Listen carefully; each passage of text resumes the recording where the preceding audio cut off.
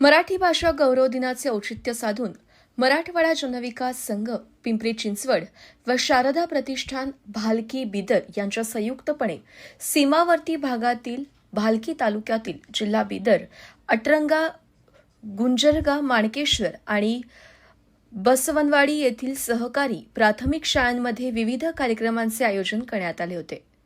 या उपक्रमाला ग्रामस्थांचा आणि मराठी प्रेमींचा उत्स्फूर्त प्रतिसाद मिळाला। अभिमान मराठीचा, उत्सव मराठी भाषेचा या ब्रीदवाक्याला सार्थ ठरवत सीमावर्ती भागातील मराठी शाळांना आणि शिक्षकांना त्यांच्या अमूल्य योगदानाबद्दल सन्मानचिन्ह देऊन गौरवण्यात आले। तसेच मराठी भाषेचे महत्त्व आणि संवर्धन या विषयावर प्रबोधनात्मक व्याख्यान, विद्यार्थ्यांमध्ये मराठी साहित्याबद्दल जनजागृती करण्यात आली। भारताचे संविधान, ज्ञानेश्वरी, संत तुकाराम महाराज गाथा तसेच शैक्षणिक साहित्य भेट म्हणून देण्यात आले। यावेळी मराठवाडा जनविकास संघाचे अध्यक्ष अरुण पवार, शारदा प्रतिष्ठानचे विश्वस्त डॉ. दिनकर मोरे, हवप बब्रुवाहन वाघ महाराज, सूर्यकांत कुरुलकर, दत्तात्रय धोंडगे, प्राध्यापक रत्नाकर खांडेकर, सुधाकर थिटे, किशोर अट्टेगेरकर, तुकाराम मोरे, हरिदेव रुद्रमणी, तुकाराम शेडोळे, अमृत अर्के आदी उपस्थित होते। याबाबत बोलताना मराठवाडा जनविकास संघाचे अध्यक्ष अरुण पवार म्हणाले की आपली मराठी आपली मायबोली आहे आणि ती साता समुद्रापार नेण्यासोबतच सीमावर्ती भागात जिवंत ठेवणे हे आपले कर्तव्य आहे। हा छोटासा प्रयत्न त्याच संकल्पाचा एक भाग आहे। सर्व माता भगिनींना, मुख्याध्यापकांना खूप खूप शुभेच्छा। कायर और क्रूर म्हणून एक या अट्टरगा गावाला एक ऐतिहासिक वारसा आहे की ज्या ठिकाणी इतिहास कोणाचा लिहिला जात नाही। इतिहास लिहिण्याकरता त्या ठिकाणी कर्तृत्व, नेतृत्व हे चांगलं लागतंय। छत्रपती शिवाजी महाराज यांच्या ठिकाणी 90% नियोजन होतं, 10%च काम होतं। आपण त्या ठिकाणी 90% काम करतोय, 10%च नियोजन असते, म्हणून आपलं कुठलंही काम त्या ठिकाणी व्यवस्थित होत नाही। नियोजनाचा अभाव, नियोजन हे महत्वाचं आहे आणि म्हणून अत्यंत त्या ठिकाणी चांगलं काम या ठिकाणी इथे शाळेचं सुरू आहे। आणि आज आपण या ठिकाणी मराठी मायबोली या भाषेचं संवर्धन आणि जतन करण्याकरता तुम्ही आम्ही सर्वजण प्रयत्नशील आहोत की या भाषेचं जतन झालं पाहिजे, संवर्धन आपण झालं पाहिजे आणि त्याचबरोबर या निसर्गाचंही या ठिकाणी संवर्धन झालं पाहिजे। निसर्ग प्रेमी वृक्षमित्र आमचे अरुणजी पवार या ठिकाणी आहेत, डोंगरा एवढं त्यांचं काम आहे। अशी या ठिकाणी मी पुन्हा एकदा तुम्ही केलेला या ठिकाणी काय दिला असेल, आम्हाला हार फुलं सन्मान केला असेल, आम्हाला त्या ठिकाणी हे फार मोठं आहे। जसं शबरीने रामाला त्या ठिकाणी बोलत दिली होती, पण देवाला सुद्धा सिंहासन सोडून शबरीच्या आश्रमामध्ये जावं लागलं। प्रेमापोटी त्या ठिकाणी भगवंत सुद्धा या ठिकाणी नाचतोय आपल्या पुढे, प्रेम सूत्र जोडी। आणि म्हणून पुन्हा एकदा माता भगिनींना मी धन्यवाद देतोय। आमचे सगळे व्यासपीठावर मंडळी, धोंडगे साहेब असतील, कुरुलकर साहेब असतील, आमचे अरुणजी पवार, कृष्णा असेल, आमचे कांबळे, आमचे खांडेकर सर, आमचे थिटे साहेब, आपल्या गावचे सरपंच, आपले निवेदक काय ना समीर शेख केंद्र प्रमुख, खूप अत्यंत त्या ठिकाणी मी तुमच्या प्रेमाने भारावून गेलो। मी जास्त काय बघितलं तर काय दिसतंय तुम्हाला? झाड दिसतंय का?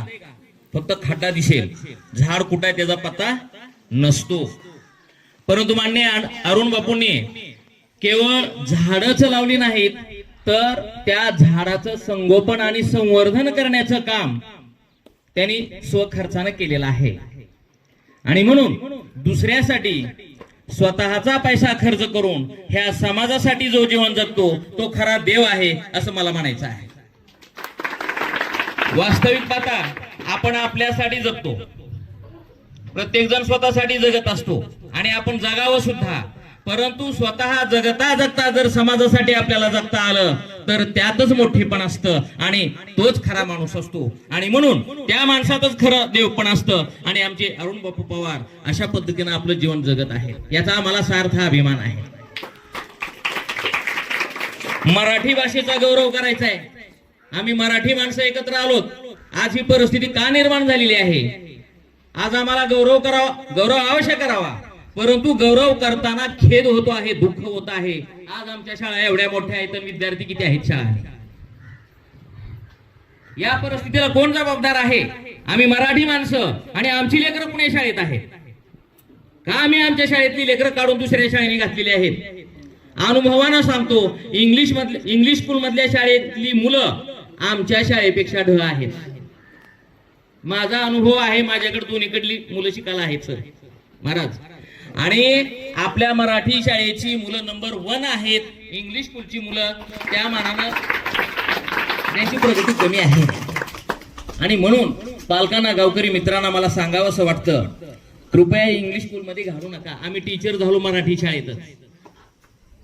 आता तुम्हाला तुमच्या गावातील जी सुद्धा जी सुशिक्षित पिढी दिसते ती सुद्धा मराठी शाळेतीलच असणार. काय इंग्रजीचं फॅट डोक्यामध्ये घालून घेतलेलं आहे? आम्ही मराठी शाळेत सुद्धा इंग्रजी शिकू शकतो ना. महाराजांनी मगाशी सांगितलं होतं की माझी मराठी भाषा ही माझी मातृभाषा आहे, तिची मावशी हिंदी भाषा आहे आणि सावत्र आई म्हणजे इंग्रजी भाषा आहे. सख्या आईवर प्रेम करता का सावत्र आईवर प्रेम करता हे सांगा. शिवाजी महाराजांनी जी प्रेरणा निर्माण केली आपल्या मातृभाषेमधून, त्यामधून असे मावळे तयार झाले की त्यांनी स्वराज्यासाठी प्राण दिला.